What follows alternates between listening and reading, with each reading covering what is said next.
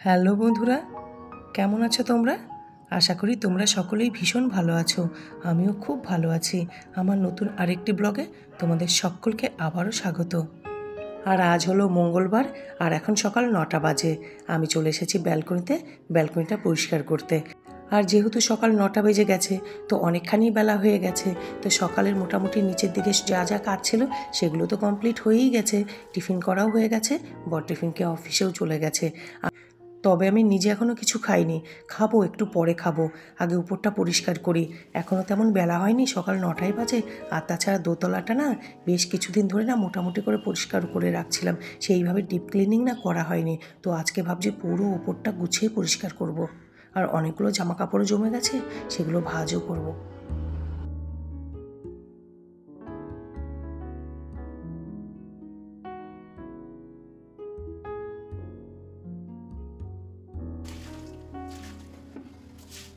পুরো ব্যালকনিটা জল ঢেলে একদম ঘষে ঘষে পরিষ্কার করে নিলাম। আর এই এরিকা পাম গাছটা এইদিকে দেখলে না, এইদিকে এনেছি বলে জানো তো গাছটা বেঁচে গেল। কটা দিন আগেও না কেমন শুকিয়ে শুকিয়ে যাচ্ছিল, আর এখন জানো তো এরই মধ্যে নতুন পাতা গজাতে শুরু করেছে। আর এবারে চলে এসেছি মেয়ের রুমটা পরিষ্কার করতে। এই রুমটাও যথারীতি আগের মতোই, আবার নোংরা টোংরা হবে না। এই যে ঝেড়ে পুছে পরিষ্কার করে যাচ্ছি, 2-3 দিন পরে দেখবো একই রকম আছে। হ্যাঁ, একটু ধুলো পরিষ্কার করতে হয়, ঝাড়তে হয়, মুছতে হয়, কিন্তু অগোছালো হবে না। তবে যে কটা দিন মেয়ে ছিল, একদম আলমারি থেকে জামা কাপড় বার করেছে আর ছড়িয়েছে। আবার কয়েকটা জামা ব্যাগে করে ভরেও নিয়ে এসেছিল, সেগুলোও ছড়িয়ে ছড়িয়ে পুরো বিছানা নিচ দিয়ে পুরো জামা কাপড় একদম থই থই করছিল। ও চলে গেছে, আবার দেখো ঘর পুরো ফাঁকা, একদম গোছানো গাছানো এরকমই থাকবে।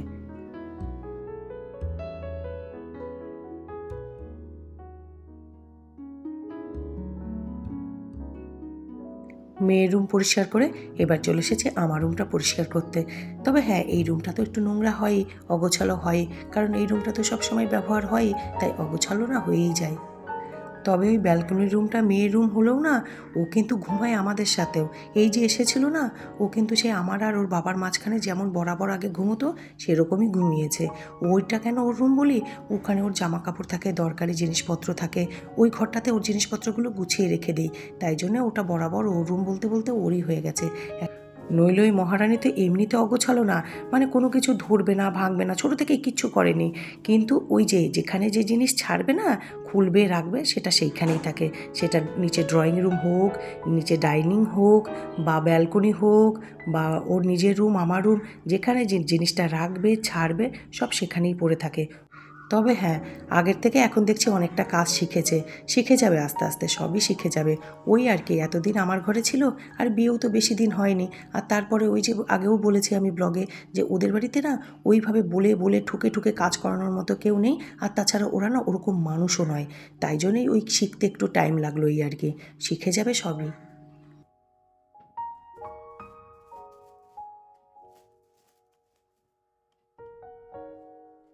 আর আজকে কি বীভৎস যে গরম পড়েছে, আর বাইরে যে কি রোদ উঠেছে কি বলবো।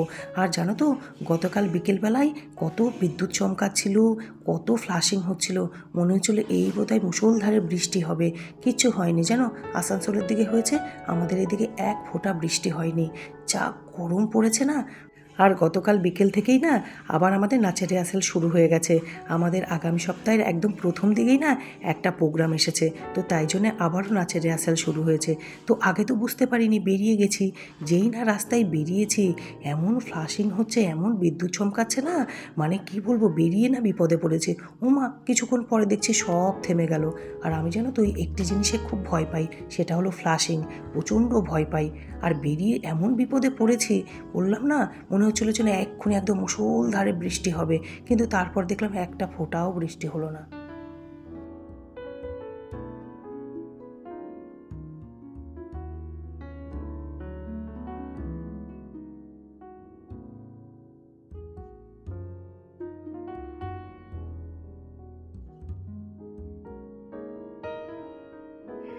আর দেখো আমার পুরো রুম একদম গুছিয়ে পরিষ্কার হয়ে গেছে।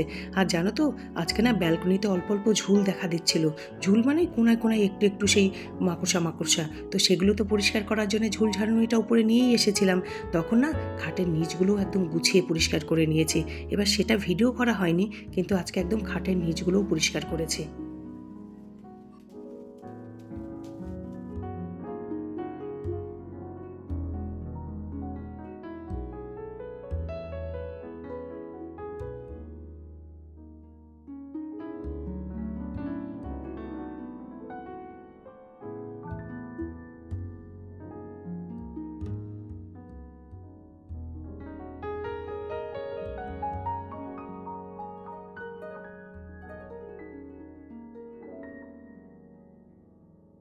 আমার সকালের সমস্ত কাজই কমপ্লিট হয়ে গেছে, আর এখন বেলা 10টা বাজে। আমি এবার খাবো, তবে অন্য কিচ্ছু খাবো না জানো তো। আমি শুধু এই তরমুজ খাবো, আর এটা খাবো বলে আমি উপরে যখন কাজ করতে গেছিলাম তখনই জানো তো তরমুজটা ফ্রিজ থেকে বার করে রেখে গেছি, কারণ ডাইরেক্ট ঠান্ডা খেলে আমার আবার গলা ধরে যায়, তাই জন্যে। আর আজকেও জানো তো ওই ওটসের চিলা বানিয়েছিলাম, কিন্তু আমি না খাবো না। আমার এই গরম যত পড়ে জানো তো, আমার খালি বুক শুকাতে থাকে, বুক ঠোঁট জিভ খালি টানতে থাকে, আমার ভীষণ কষ্ট হয়। তখন না এরকম শরবত তরমুজ আমার খুব ভাল লাগে খেতে। আর সব কিছু তো তোমাদের সঙ্গে শেয়ার করা সম্ভব হয় না, জানো না আমি দিনের মধ্যে কতবার শরবত খাই, গ্লুকন্ডি খাই। তাও না আবার আধ ঘন্টা পরে কিছুক্ষণ পরেই দেখি আবার ঠোঁটটা টানতে শুরু করেছে, জিভটা টানতে শুকোতে শুরু করে আর কি, এত কষ্ট হয়। আবার যখন বৃষ্টি বৃষ্টি ওয়েদার হয় না, বা শীতকালে আমি দেখি অটোমেটিক এমনিতেই ঠিক হয়ে যায়, তখন অত জলও খেতে হয় না, অত শরবতও খেতে হয় না। হ্যাঁ অবশ্যই আমি একটু জল বেশি খাই, কিন্তু এই যে কষ্ট হয়, কন্টিনিউ জল খেতে হয়, শরবত খেতে হয়, এই ব্যাপারটা একদম দেখি ভ্যানিশ হয়ে যায়। আর এবারে না স্নান করে চলে এসেছি ফুল তুলতে। এখন ওই সকাল 10:30 মতো বাজে। এরই মধ্যে যা গরম পড়েছে না, যা রোদের তাপ আজকে কী বলবো। আমার ফুল তোলা হয়ে গেছে, আর তোমাদেরকে একটা জিনিস দেখাই। বেশ কিছুদিন আগের ব্লগে দেখিয়েছিলাম জানো তো, লেবু গাছে কত লেবু ফুল এসছে, আর সেই ফুল থেকে দেখো এখন কত সুন্দর লেবু হয়েছে। এই দেখো গোটা গাছে না এরকম লেবুতে ভরে গেছে। তবে এখনই খাওয়ার মতো হয়নি, খেতে আরেকটু টাইম লাগবে, এখনও রস হয়নি, কুচি আছে।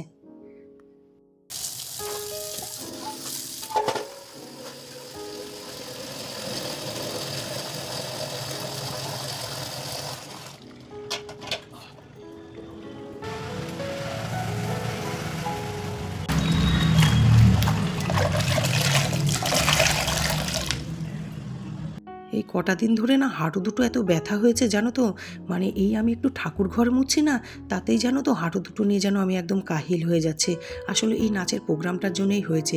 চিত্রাঙ্গদাটা না আধ ঘন্টার একটা পুরো নাটক তো, আর প্রচুর নাচে পুরো ভর্তি ছিল, তো তার জন্যই আর কি হাঁটুটা ব্যথা হয়েছে। তবে আগামী প্রোগ্রামটাতে না, ওটাতে জানো তো অত চাপ নেই, মাত্র 2টো গানের উপরে তো সেটাতে অত চাপ নেই। চাপ না হয়ে গেছিলো চিত্রাঙ্গদাতে, প্রচুর নাচ আর টানা আধ ঘন্টার একটা প্রোগ্রাম ছিল, তাই জন্য একটু চাপ হয়ে গেছিলো।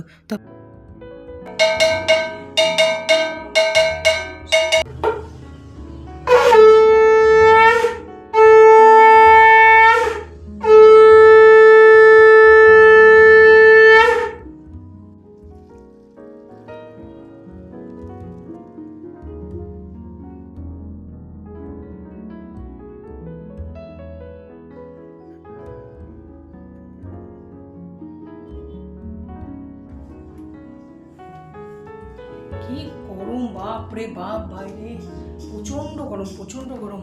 সকাল সকাল পুজো করে নিলাম, শান্তি জানো তো। ওই দুপুরবেলা পুজো করতে যে কষ্ট হয় না বাইরে, শীতকালে যতটা আরাম, গরমকালে ততটাই বাইরে পুজো করতে কষ্ট হয়। ঠাকুর ঘর থেকে এসে 5-7 মিনিট রেস্ট নিয়েই চলে এসেছি রান্না করতে, কারণ 11:30টা বেজে গেছে, রান্নাও বসাতে হবে অনেকটা বেলা, আর তাছাড়া চুমকি দিয়েও চলে এসছে কাজ করতে।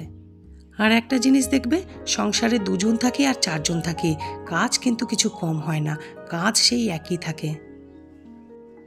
আর আজকে আমি রান্না করব ডালের বড়া দিয়ে লাউ ঘন্ট, আর পাতলা করে ডিমের ঝোল করব। মাছ না আমি এই সপ্তাহে আনতেই দিইনি বরকে, বলে দিয়েছি যেদিন যেদিন খেতে ইচ্ছে করবে সেদিন বলবো তুমি নিয়ে আসবে।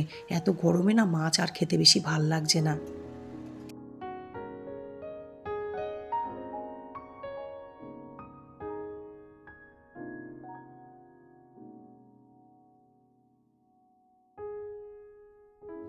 এদিকে ডালের বড়া ভাজতে ভাজতে এপাশে ডিম আলুও সিদ্ধ হয়ে গেছে। আর এই বোন দিয়েছে পাত্রটা, কি সুন্দর না, আবার ঢাকা আলাও, খুব সুবিধা জানো তো অল্প জিনিস রান্না করতে। আমার না কিছু ছোট ছোট বাসন কিনতে হবে, বাসনগুলো না আমার বেশিরভাগ বড্ড বড় বড়। শাশুড়ি মায়ের কেনা তো প্রচুর বাসন আছে, ওনার খুব বাসন কেনার শখ ছিল, তো উনি না প্রচুর বাসন কিনতেন। কিন্তু কি বলতো, সমস্ত বাসন না বিশাল বড় বড়, অনেক বড় বড় গামলা, অনেক বড় বড় থালা। আসলে এক সময় তো প্রচুর লোকজন আসতো এই বাড়িতে, তো খুব বড় বড় বাসনও না লাগতো, তাই জন্য উনি সব বাসনই ভীষণ বড় বড় কিনে ফেলেছেন। আর এখন তো লোক কম, 2জনের সংসার, আর আমার না এখন ছোট বাসনের ভীষণ অভাব হয়ে গেছে। দেখি একটা দুটো করে করে না কয়েকটা বাসন ভাবছি ছোট কিনেই নেব। এদিকে চুমকিদি চলে এসে কাজ করতে, চুমকিদি কাজ করছে আর আমি রান্না করতে করতে না একটু বাগানে এসেছি। বর সকালবেলা বলেছিল একটু চাটনি করে রাখতে, তো তাই জন্যই 2টো আম পাড়তে এসেছিলাম বাগানে। তবে ওই টক আমের চাটনি আর করবো না, বাপরে বাপ যা চিনি লাগে। 2টো আম ফ্রিজে ছিল জানো তো অবশিষ্ট, বোনকে দিয়ে দিলাম, বললাম তুই তো আমতেল টামতেল বানাস, তো কিছু একটা বানিয়ে নিস।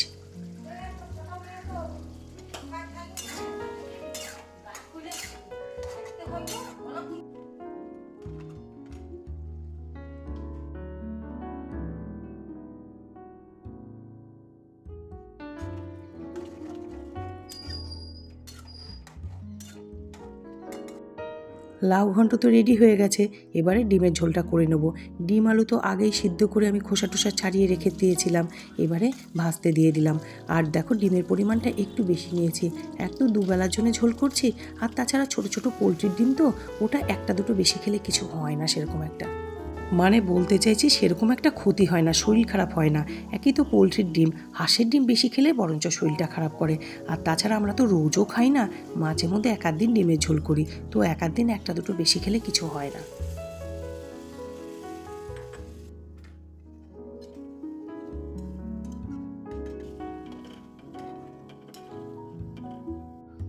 ওদিকে তো ডিমের ঝোলটা ফুটতে দিয়ে দিয়েছি, সেই ফাঁকে জানো তো আমি এখন আগে রান্নাঘরটা একটু পরিষ্কার করে নিচ্ছি। একটু অগোছালো বাসনগুলো আগে গামলাতে ভরে নিলাম, তারপরে যে রান্নাঘরটা পরিষ্কার করছি। আর আজকে জানো তো সত্যি কথা বলবো প্রচণ্ড খিদে পেয়েছে, সেই সকালে ওইটুকু তরমুজ খেয়েছি, আর তো কিছু খাইনি। এখন মনে হচ্ছে কি বলো তো, কতক্ষণে রান্না কমপ্লিট হবে আর খাবো। জানো বেশি বেলাও হয়নি, এখন কটা বাজে, বোধহয় 1:45 বাজে। এরই মধ্যে না আমার বিভৎস খিদে পেয়ে গেছে।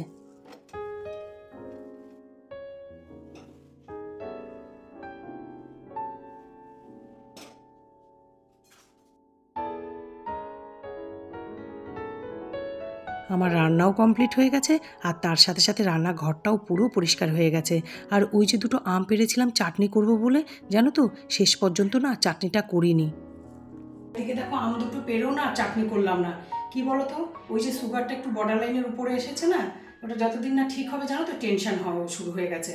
তো তাই জন্য জানো তো আর সাহস পেলাম না, যদি রাতে খুব কাইকিচির করে তখন দেখবো কি করি। আপাতত না করতে ইচ্ছে করলো না, কারণ এর মধ্যে না এতটা চিনি লাগবে। আর ও চাটনি ভীষণ ভালো খায় বর, তো ও নাও 1 বাটি চাটনি খেয়ে নেবে, আর এতে অনেকটা মিষ্টি যাবে ওর পেটে। সুগার যে ওর খুব বেড়েছে বা অতিরিক্ত বেড়ে গেছে তা নয়, কিন্তু একদম কম, খুব সামান্য, মানে বর্ডার লাইন জাস্ট ক্রস করেছে। আমি কেন প্রথম থেকেই সাবধানে ওকে রাখতে চাইছি, ওই ওষুধের পর্যায়ে না ওকে আনতে চাইছি না, যে ওষুধ খেতে হবে তারপর সুগার কমবে, ওই জায়গাটায় না আনতে চাইছি না। চাইছি প্রথম থেকে যদি একটু সাবধানে থাকে, তো আর একটু উচ্ছের রস টস সকালবেলা খায়, তাহলে ওই এমনিতেই ওটা কমে যাবে, আর ওষুধ পর্যন্ত পৌঁছাতেই হবে না। আমি তো বরাবরই বলি যে বর পরিমাণে খুব কম খাবার খায়, খুবই কম খায়, কিন্তু কোনগুলো খায় জানো তো, যেগুলো ওর গায়ে লাগে না, ওর কাজে লাগবে না, সেই খাবারগুলো ও খুব বেশি খায়, এই বাজারের ভাজা পোড়া হাবিজাবি। তাছাড়া জানো তো এমনিতে ও কমই খাবার খায়, কি করে যে ওই সুগার ওর একটুখানি ওই রকম দেখা দিল জানি না, উকি মারলো। এমনিতেই কম খাবার খায়, তারপরও যেটা একটু আধটু খেতে ইচ্ছে করে ওর বলে মুখ ফুটে, সেটাও দেখো এখন করে দিতে পারছি না।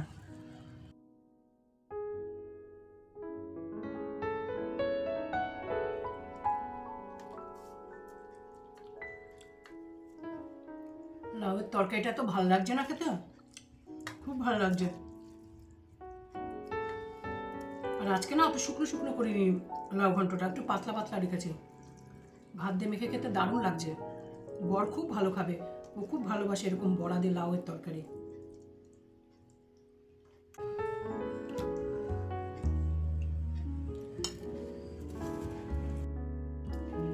ডিমের ঝোলটাও একদম পাতলা করেছি, একদম পাতলা পাতলা করেছি।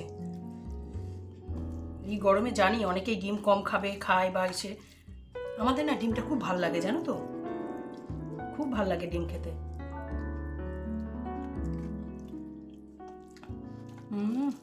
হয়েছেও খুব সুন্দর, একদম পাতলা করে করেছে। আর ডিমের সাইজে দেখো ছোট ছোট আলুও দিয়েছে, দুপুরের পর এখন সন্ধ্যে 6:30 বাজে। আমি রেডি হয়ে গেছি, এখন যাব নাচের রিহার্সালে। আর আমার আজকের ব্লগটি আমি এখানেই শেষ করছি। আবার তোমাদের সঙ্গে দেখা হবে নতুন একটি সুন্দর ঝকঝকে ব্লগের সঙ্গে। আর ততক্ষণ আমার সকল বন্ধুরা তোমরা ভালো থাকবে, সুস্থ থাকবে আর সব সময় হাসি খুশি থাকবে। আর আমার ব্লগটি ভালো লাগলে আমার চ্যানেলটি সাবস্ক্রাইব করে দেবে।